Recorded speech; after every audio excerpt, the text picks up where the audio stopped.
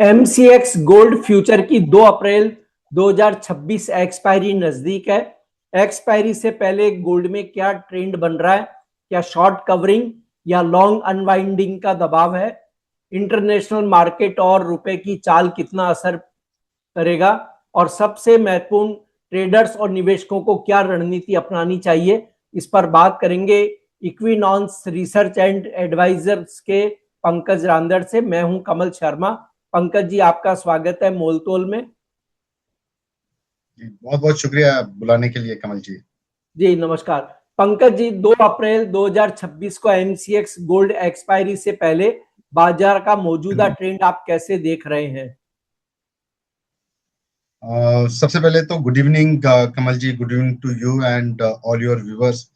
कमल जी देखिए, जहां तक हम लोग मौजूदा ट्रेंड की बात करते हैं, स्पेशली एमसीएक्स गोल्ड की एक्सपायरी के पहले, वो भी अप्रैल के, अभी वो तो लगभग अब बेस तो बन ही चुका है।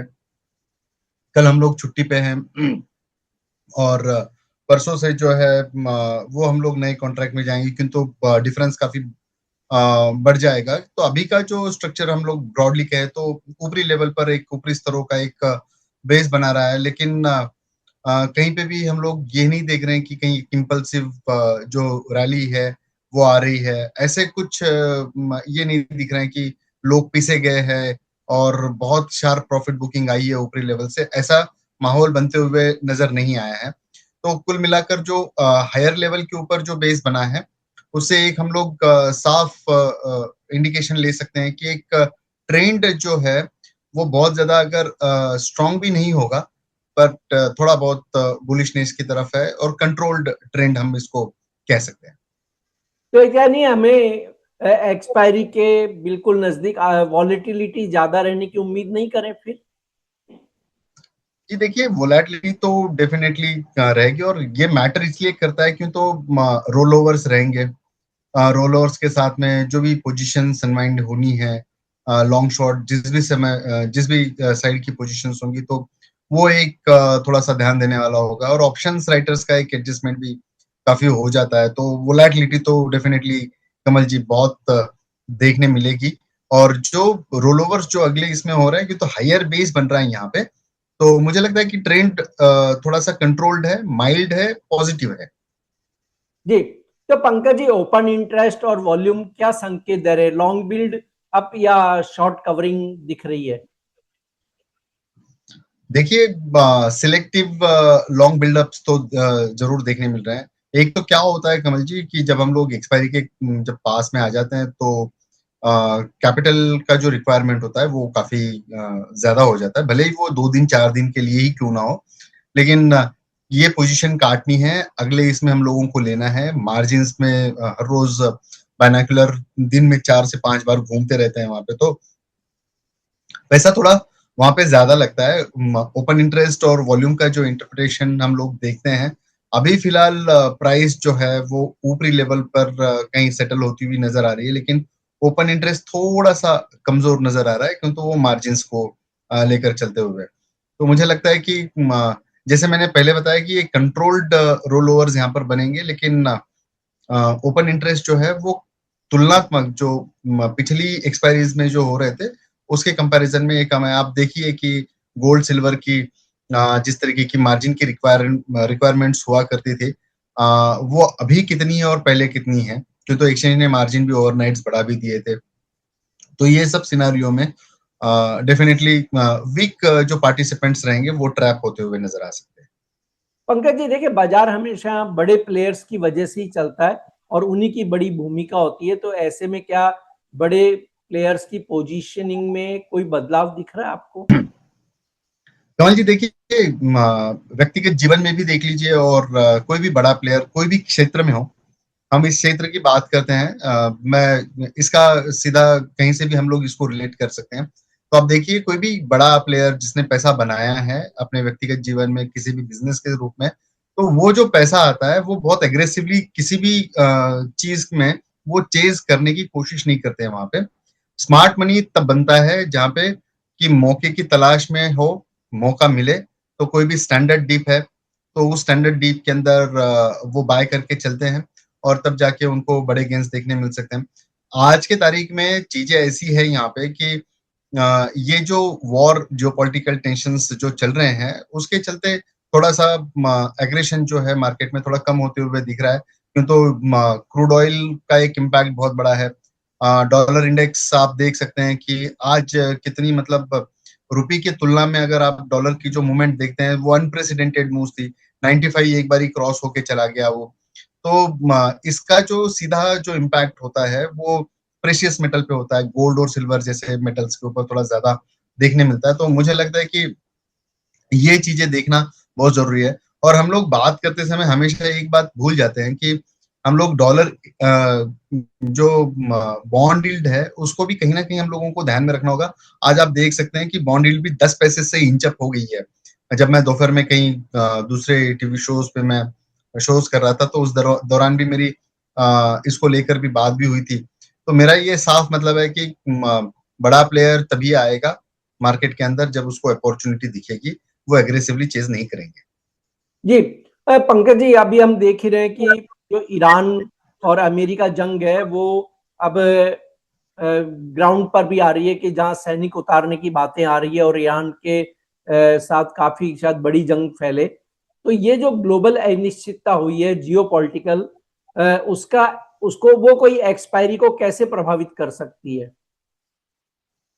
देखिए, एक्सपायरी तो वैसे ही बहुत प्रभावी है और जिस हिसाब से आप जियोपॉलिटिकल टेंशंस की बात कर रहे हैं और देखिए ये बातें कहीं छुपी नहीं है कि ये जो वॉर है ये ज्यादा एस्केलेट होगा नहीं होगा, कोई स्पेकुलेशन नहीं है इसके अंदर, बहुत साफ है। ट्रम्प का इरादा लड़ाई ज्यादा देर तक और लंबी समय तक खींचने का सवाल है। तो ये वॉर हो गया, टेंशन हो गई, अनसर्टेनिटी हो गई, तो ये पहले क्या होता था कि ये सेफ हेवन्स की तरफ जाता था। लेकिन अब तकलीफ ये है कि सेफ हेवन भी सेफ नहीं बचा हुआ है, क्यों तो डॉलर इंडेक्स का जो इंचअप होना है, क्रूड की कीमतों में लगातार उछाल देखने मिलना है।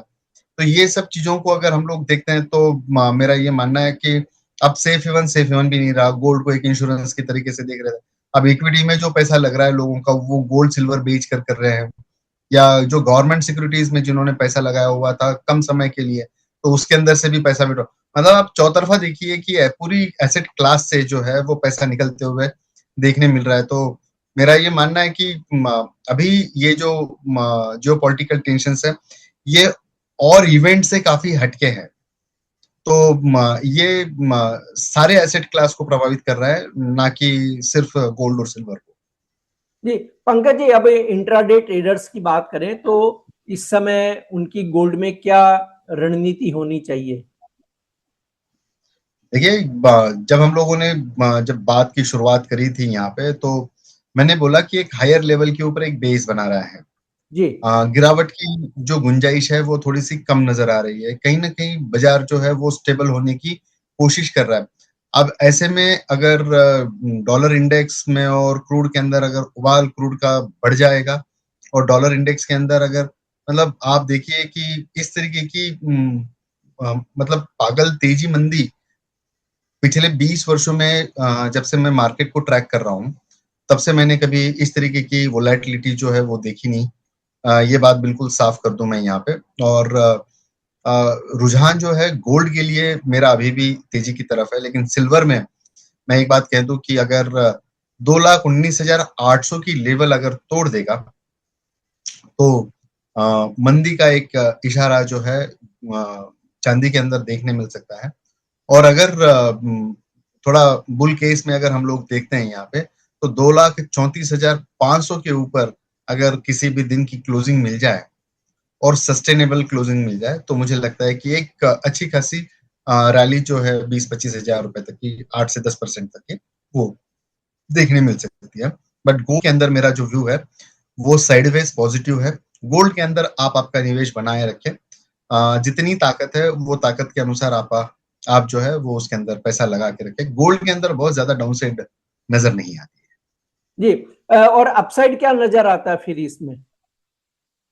देखिए, गोल्ड के अंदर 1,48,000 तक की एक पहला एक रेजिस्टेंस बना हुआ है और दूसरा जो रेजिस्टेंस जो उसके ऊपर हम लोग देखते हैं तो 1,52,000 के आसपास वो देखने मिलेगा।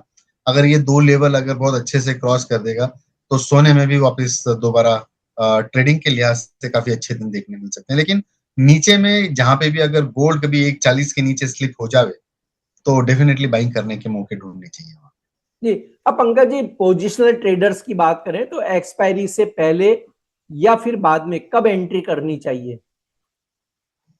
देखिए एक्सपायरी में क्या हो जाता है, ये मैंने अभी जैसे बताया कि ओपन इंटरेस्ट की जब हम लोग बात कर रहे थे कि अब ये रोल ओवर्स की पोजीशंस, हेज कट होना, पोजीशंस की अनवाइंडिंग होना, तो एक तरफा जो मूवमेंट है वो होता नहीं है। ऊपर नीचे काफी जो है मूव्स देखने मिलते हैं।